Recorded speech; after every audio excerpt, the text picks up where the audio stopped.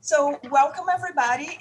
It's a great honor to have my dear Guilherme Canella joining us today in the Dialogue of the Americas. Guilherme works in UNESCO and he's Brazilian originally and based in Paris now.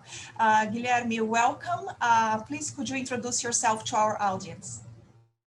Thank you so much for the invitation. It's a real pleasure to participate in these dialogues. We do think this kind of initiative is absolutely fundamental for the current scenario we are facing, globally speaking, not in the only in the inter-American region.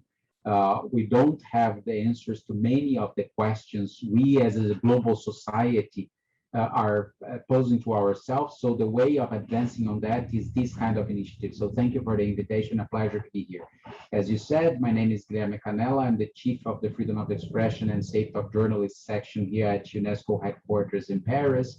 But before that, I was the regional advisor for UNESCO for the Latin America and the Caribbean region, in a position in which I needed to interact a lot with the Inter-American system of human rights. So it's really a pleasure to be in this interaction again. And in my previous lives, I was very much involved with the children's rights and freedom of expression.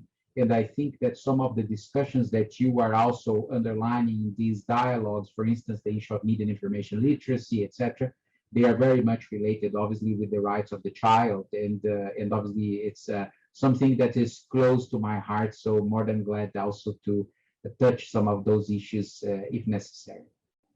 Thank you so much, Guilherme. We really, really appreciate your support. So actually, you mentioned some of the topics that are the focus of this open multi-stakeholder consultation in the Americas. And we would love to learn more what UNESCO and specifically your team is doing around these issues, right? So our core focus currently are content moderation, the decay of the democratic debate, especially online, and also digital literacy, right? Those three issues are deeply interconnected, and of course, one impacts the other. And we have identified various sub-elements, which are fields of knowledge in themselves that also impact these issues, right? From artificial intelligence and algorithms to how stakeholders understand these issues and if they are trained or not in these issues. So UNESCO, as you mentioned previously to me, develops a lot of training courses for judges, prosecutors, right, law, policymakers. So we would love to hear a little bit what you are doing in these issues from content moderation, digital literacy, and the decay of the public debate. Super. Let me just take a step back to try to obviously contextualize this to your audience. This year, coincidentally, we are celebrating the 30th anniversary of a very important document that was the Windhoek Declaration. So just after the fall of the Berlin Wall, and then, I mean, the reshape of the geopolitical environment after the Cold War, many relevant stakeholders, including several member states of the United Nations system, they were concerned with what are the next steps in terms of freedom of expression, press freedom, etc. So they suggested to gather in a meeting to discuss this in 1991 in Windhoek, Namibia. And from that meeting, as I said, a very seminal declaration was approved, the Windhoek Declaration, that later on was endorsed by the UNESCO General Conference and by the UN General Assembly. And that document was underlining three key points that we should look in that time in this new world. And those 3 points were related to the relevance of a free, independent, and plural media for actually reaching other rights or improving or fostering development, consolidating democracies, and promoting and protecting other human rights. So this concept of a free, independent, and pluralistic media was actually very, very relevant, it still is, for the work of international organizations dealing with freedom of expression, as it is the case of UNESCO, but also the special rapporteur in the OAS system or other regional special rapporteurs, etc. But this year that we needed to celebrate the 30th anniversary of this declaration, our question was, what is new in this environment? So what we need to discuss 30 years later that can connect with those challenges, because the challenge of an independent, pluralistic and free media is still there. But what else? No, so then we came with the discussion, or we suggested the discussion to all the stakeholders of this idea of information as a public good. And why I'm underlining this, because this concept that UNESCO and all the different stakeholders involved discussed during May the 3rd this year, the World Press Freedom Day, it's very much connected to the three elements you just mentioned. So how we framed this idea of information as a public good. In the current challenges we are facing, I mean, massive waves of disinformation, or this gigantic challenge of hate speech online, or conspiracy theories, or whatever, and the impact of those things in important aspects of our lives, public health, climate change, elections, and I could keep going. So how we address this? So we were saying, well, first, there is a challenge here that we need to qualify the demand for information. So basically, we need to empower the citizens to have a critical interaction with the digital environment. So for that, many things are relevant, but among them, media and information literacy or digital literacy, as you are underlining in your own strategy. So, but if I could say in a nutshell, that's the main point, how we empower the citizens to actually have an informed interaction with this process. And this is super relevant, but it's not enough, because it would be unfair to put only on the shoulders of the citizens an interaction with trillion-dollar companies or with regulators and all the other different players that have different sorts of institutional structure to deal with this kind of subjects, etc., etc. But it's not minor; it's relevant, and it's long term, because we need to invest a lot on education, and those things, they don't change from today for tomorrow. No, but empower the citizens, taking care of the demand for information or culture or whatever. It's very relevant. But then there is the other side of this story, that is qualifying the supply for accurate, reliable information. And for that, we need, obviously, among many other things, to empower the news media, to empower journalists, to empower the fact checkers, and so on and so forth. And here we have a big challenge, because we are facing a crisis of media viability. Some studies are even speaking about the possibility, due to the accelerator or exacerbated by the pandemic, but it was a phenomenon that started before that. We are facing in some regions of the world the possibility of having some media deserts if something is not going, we don't find some sort of policy solutions quite soon for this issue.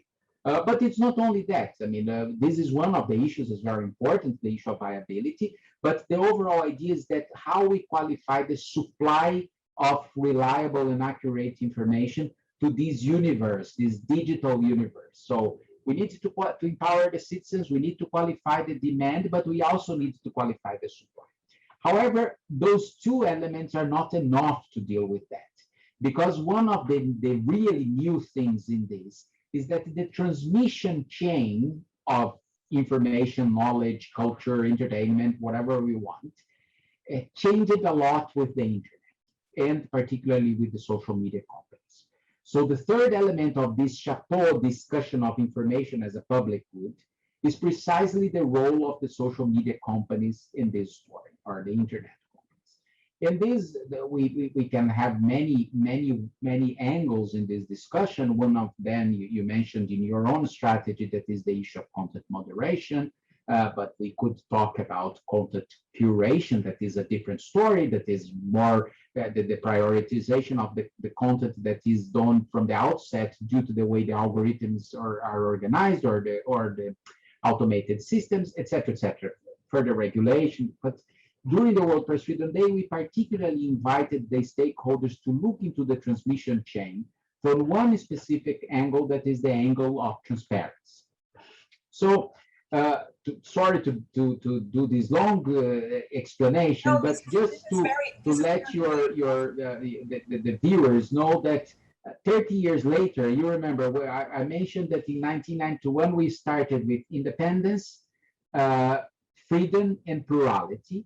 30 years later, we are asking for transparency, viability, supporting the supply, and empowering the citizens, and media information literacy.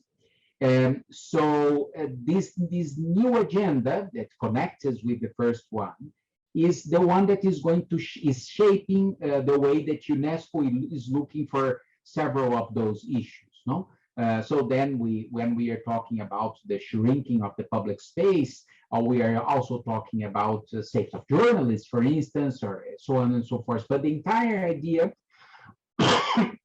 from our perspective, is, let's say, embedded under this umbrella of information as a public good. So we do need to, we are inviting all the stakeholders, governments, companies, journalists, private sector, but also the citizens, to really make this reflection that information, freedom of expression, is a relevant public good as it is the clean air or clean water. And for that, we need to have specific policies to protect those public goods. That's great, and it's wonderful to have the historical approach and angle to all of this, right? To understand how things have evolved over the years, and not always in the right direction. So regarding this concept of information as a public good, a lot of the information we receive or we interact with nowadays are not coming directly, or at least we are not gathering that directly from media outlets, right, which are trustful, independent, and so forth and so on. We are actually assessing that information through platforms, right, that their goal is monetization of the information. So how is UNESCO, how are you guys thinking about this potential shock even between public interest has a core characteristic of information and monetization by the platforms, right? So what is your take on the platform side? And you mentioned regulation a little bit. So what is the role of the government potentially intervening on that or not? Well, that's a very good question. But we also need to acknowledge that this is a very complex puzzle. No, we different platforms, they have different roles in this process. So it would be unfair to put all of them in the same basket, no? Because we have companies from different sizes here. We need also to pay attention that if we suggest some sort of really overburden approaches or regulations, we can kill startups that could be very interesting also to protect freedom of expression, to foster pluralism. Even challenging the viability you were talking about. Exactly. Yeah. So we need first to recognize that this is a very complex environment, and we won't have a solution that one size fits all. But obviously, it's for the sake of the argument, it's interesting to somehow try to make this kind of scenarios in a simplified approach, just for the sake of understanding. And in the last years, if we can summarize or simplify the different approach that the debate took, we can say that we had some sort of stakeholders, whoever they were, defending some sort of a very, very strict laissez-faire approach. So no regulation at all, or basically self-regulation by the companies in this space, in the digital space. Then we had on the other extreme those defending very strict and hard regulation, in many ways not in line with international human rights standards, and particularly with international freedom of expression and privacy standards. We saw that during the pandemic. I mean, many governments, I would say, with the good intentions of countering the so-called fake news, or in a more precise term, disinformation and disinformation, enacting laws that were actually against the key standards on freedom of expression, because they adopted an approach of a hard regulation to this system. But it's wrong to imagine that the only two possibilities is nothing, or a super strict hard regulation that is against the international standards of freedom of expression. There is something in the between that is what our discussions should aim for. Now, this thing in the between should be some sort of policy interacting with these challenges, all these challenges that we are facing. However, to actually produce evidence-based policy, there is a prior component that is missing here. That is, we don't know the data. We don't know exactly what is the size of this information. We don't know exactly what is the size of hate speech. We don't know exactly how those phenomena or these interactions are working to impact elections, for instance, or the anti-vax sentiment in some areas of the world. We have the educated guess that those things are impacting. We have some data, but we don't have enough data to really build these policies. And this data, it's in many ways, it's not only knowing the numbers of posts that are taken down, it's understanding the dynamics of those things. So all this to say that if we want more accountability of the social media companies, that should be our goal, and accountability, again, in line with the international human rights law. But for reaching that point, we need to first have the data to actually produce efficient policies on that. And for having that data, we need to have more transparency from the companies. Exactly. Because I was just reading and printing one of your latest papers, right? Letting the sun shine in, transparency and accountability in the digital age, which we will put the link in the end of the interview. So tell us a little bit about this paper and the key trends and what you guys are building around it. Exactly. So with this in mind, that we were saying, okay, we shouldn't only have this idea that the only possibility is either nothing or a super strict regulation. We should go for better policies in this area. But for going for those better policies that at the end of the day is reaching more accountability, we need to have more transparency. So UNESCO started a dialogue with different stakeholders, including the companies, regulators, experts, a dialogue that will keep going. And we launched during the World Press Freedom Day this year, this first version, this policy paper you just showed to the audience. And the idea there was to actually go further in outlining 26 high-level principles on what, because, you know, the transparency is this kind of concept that we political scientists call omnibus concepts. Everyone is in favor of that. Everyone wants to get into that bus. So everyone is in favor of transparency, but the devil lies on the details. So what exactly is transparency? No? How we define that? What we are talking about when we are talking about transparency? So UNESCO is then suggesting a global debate with very concrete ideas. And then the next phase is, well, we are suggesting these illustrative 26 high-level principles, but the next step is how we operationalize that, no? How we transform those principles in concrete policies that the companies themselves can adopt if they wish, but also the regulators, they can demand in a common global framework more transparency for the company. So this is the goals. I will just make one example that for me is underlining one example that for me is one of the most interesting ones. And by the way, it was also transferred to the Vinduc Plus 30 declaration it's a multi-stakeholder declaration. That is, among those transparency challenges, one of them is being transparent about the process. And being transparent about the process has one very relevant element here, that is how those companies do what we call in the human rights environment, their human rights risk assessment on the decisions they take. Because I mean, you were right, and there is nothing wrong in their seeking for profit or monetizing their products. This is life. Was also, by the way, very important for the development of freedom of expression.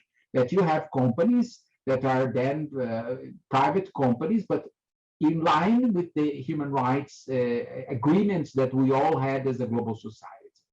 So what we are asking here is, fair enough, you have your business model, that's it, but how you can show to the society that the decisions you are taking into consideration that there are human rights risks here.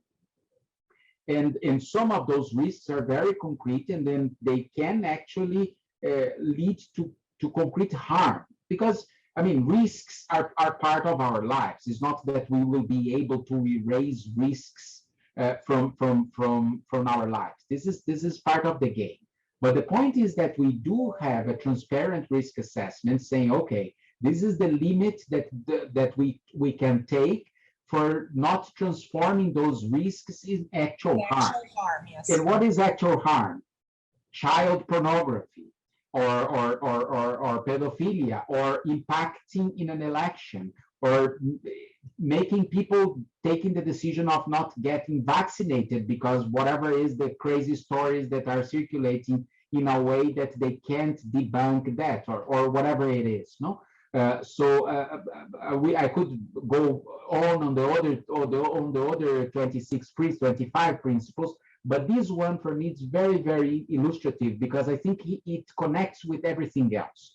So if we can really have those companies being very transparent on the way they do their human rights risk assessments, what are the different elements present here, then we will have the necessary data to say, okay, this is the policy or the different policies we need to promote to then have a better content moderation in line with the international human rights standards, or better content curation, or whatever is, or for instance, a better policy for political advertisement in the platforms. That is the thing that is relevant for elections. I mean, there are different elements here that are not are not only the discussion about disinformation or hate speech. It's beyond that. No? Yeah, and a question related to you, to the transparency, right? And I love that you bring transparency of the process, right? So it's not just transparency about the result, but it's like the whole value chain, it seems, right? So does that mean also transparency at the data set level that trains algorithms, right? Is the whole process, so is transparency of what, right? Can you go a little bit deeper on that? Like, is transparency on the process of how content moderation is done by humans and machines, etc.? Because like at this transparency in different actions, right? Potentially in different moments of this whole value chain of content, information creation and distribution, they can cause potentially different harms, right? So that's what I was curious. Sure. I mean, I think that's the first important element here is that let's get back to our more broader module. No, you remember, we need to qualify the demand, we need to qualify the supply, and we need then to discuss the many things related to the transmission chain, but particularly the transparency of this. But if we look into the qualification of the demand of the people being able to interact with this, first, people need to understand what's going on. I mean, and to understand that they need to be the companies need to be transparent. Because, for instance, I see that even among people that are dealing with this in daily basis, there are lots of confusion between content moderation and content curation and prioritization. Very often, those things are being mixed, and they are very different stories, no? Because the content moderation is how they deal with the content that the users upload in the system, and then there are the terms and conditions, etc. Different companies have different terms and conditions, and this is very important.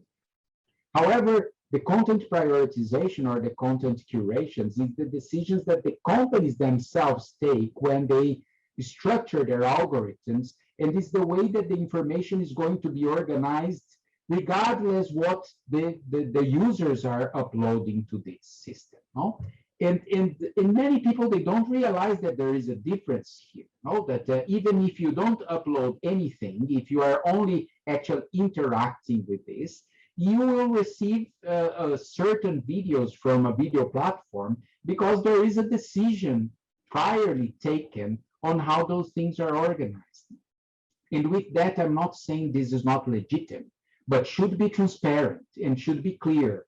And then it should also be transparent on how those things impact different issues. No? So I recall an investigative reporting that was made by The Guardian a few years ago on how a particular search machine was ranking searches about Holocaust truth or lie, or truth or false. And this investigative reporting showed that at that time, in different languages, when you asked this question, Holocaust, truth or false, the first results were neo-Nazi places or whatever, showing that, or saying, obviously wrongly, that Holocaust was a lie.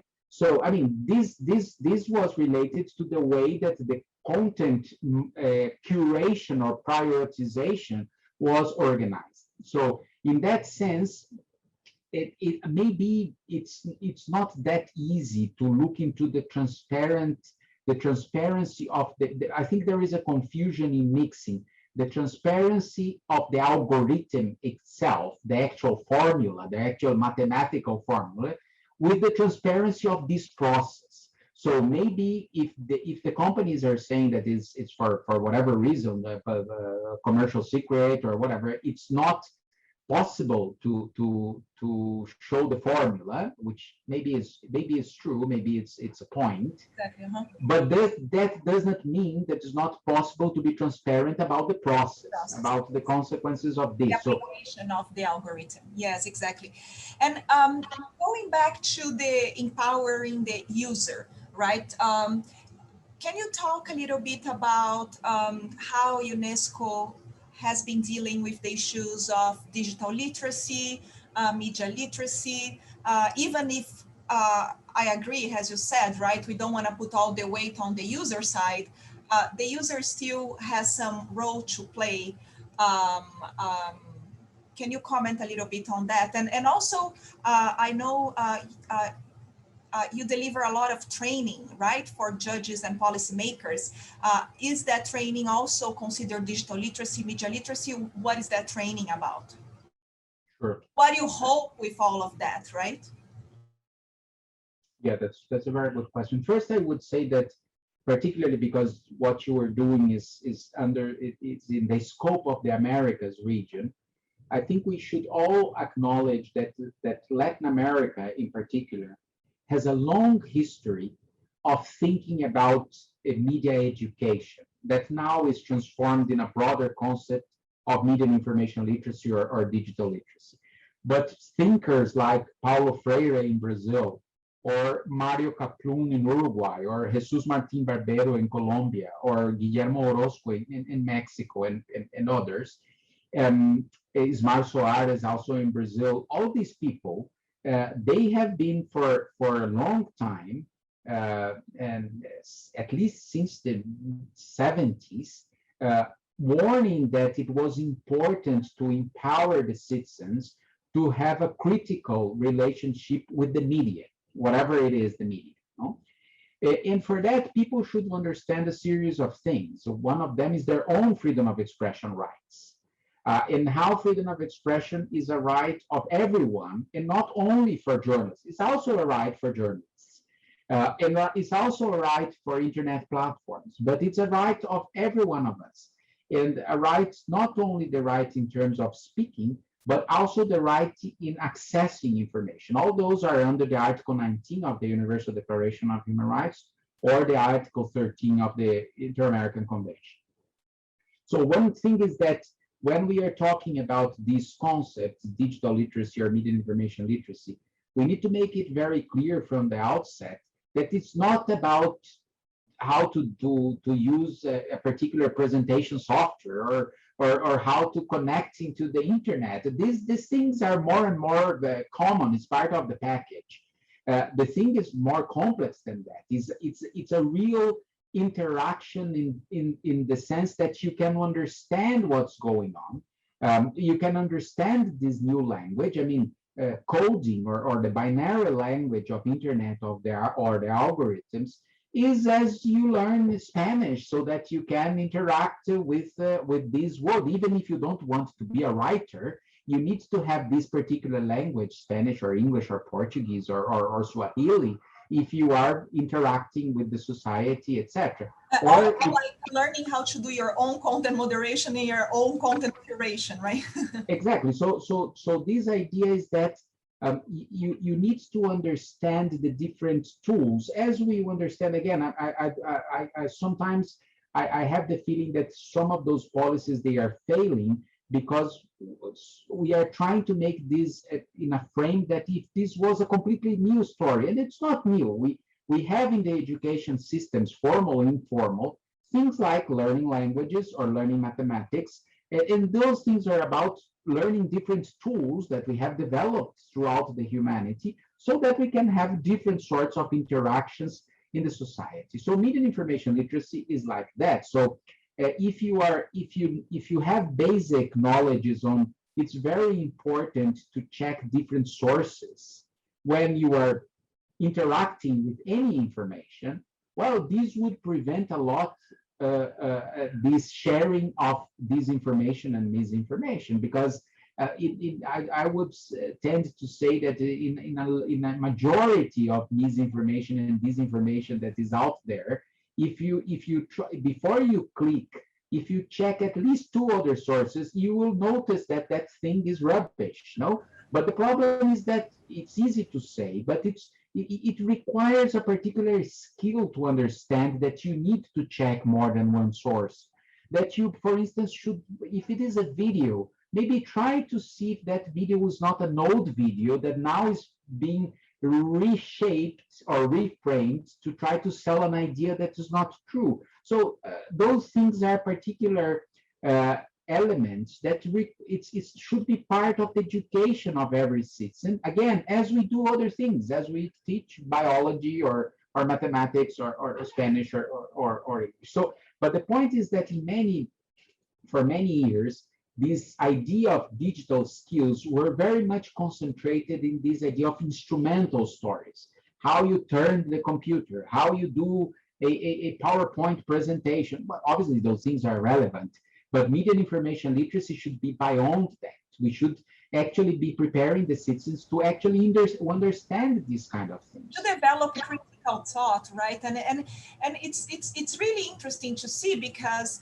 in 10, 20, 30 years ago, there was a lot of effort around that, right? And I feel a lot of those efforts were incorporated in the curricula of primary school, even elementary school, right? But what about all the adults out there, right? I was reading opinion piece at the New York Times today, and I can share that later too, on how loneliness and other issues make that the boomers believe everything that Trump said, for example, right? And that gave them purpose, right? Or whatever disinformation gave them purpose, right? To protest, to put their time to that. So what do we do about that generation that's already out of school, right? Or should be just enforcement of whatever they do, right? So what it's a difficult question there. It's a difficult challenge.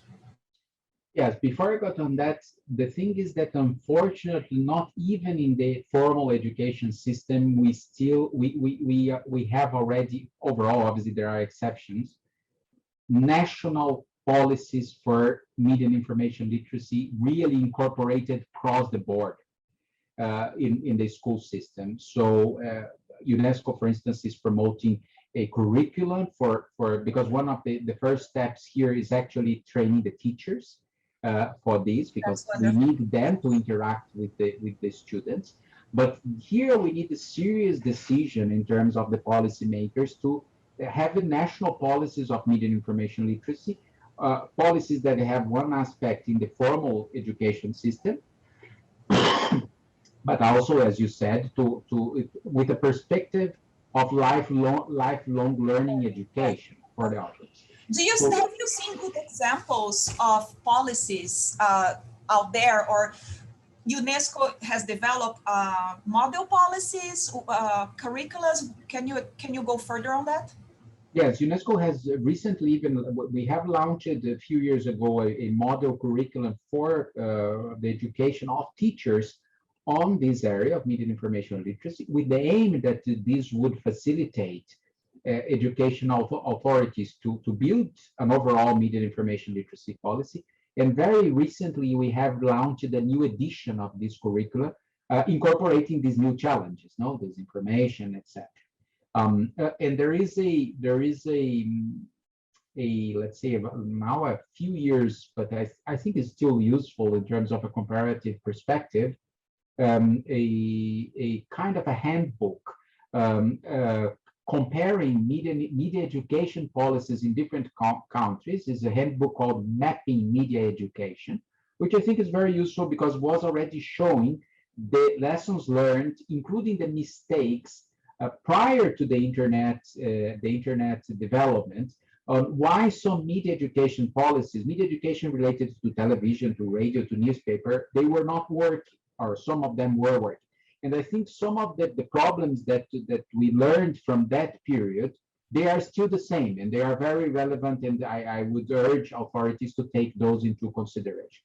But on your question about the adult world, average citizens, and then I will speak a little bit about the other specific constituencies like judges and journalists, etc.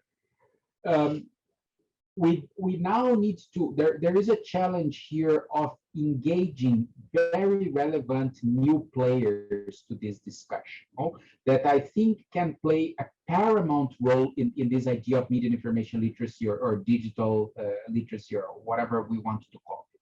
So for instance, social media influencers. So these people with millions of followers, YouTubers, Instagrammers, TikTokers, these people, if we actually engage them seriously in this conversation, I have no doubt they can play a fantastic role in this idea of media and information literacy. Some of them are already playing because they really are every day engaging on a professional basis, is what they do. With this internet environment in different social media platforms.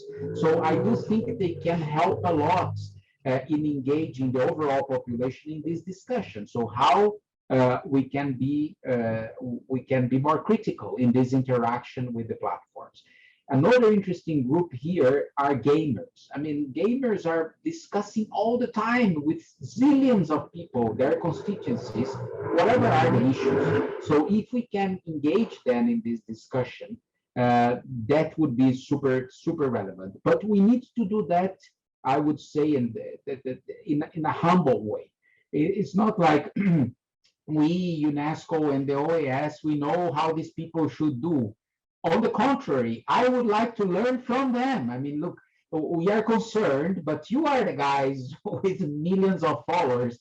Please, how we together can build a way out of these labyrinths we are in the middle of right now, in terms of actually, as I was saying, qualifying the demand for information. Also, I would say we need to be really much more creative, inclusive, in the way we are developing those strategies. Otherwise, we are not going to make it, because because it's a completely different environment. And obviously, we still need the let's say traditional players. We need to engage the teachers. We need to engage the ministries of education, etc. But plus that, we need to engage social media influencers. We need to engage the fact checkers. We need to engage the gamers, etc.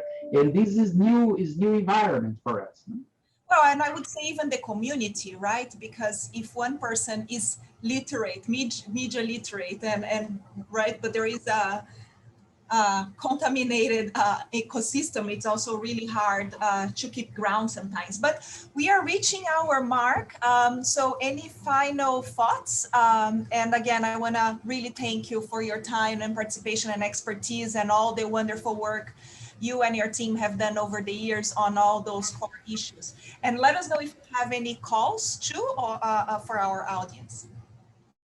Oh, I mean, I would say please do engage with UNESCO consultations in this issue of transparency of the internet platforms, or with overall this concept of information as a public good. We really want to further develop that.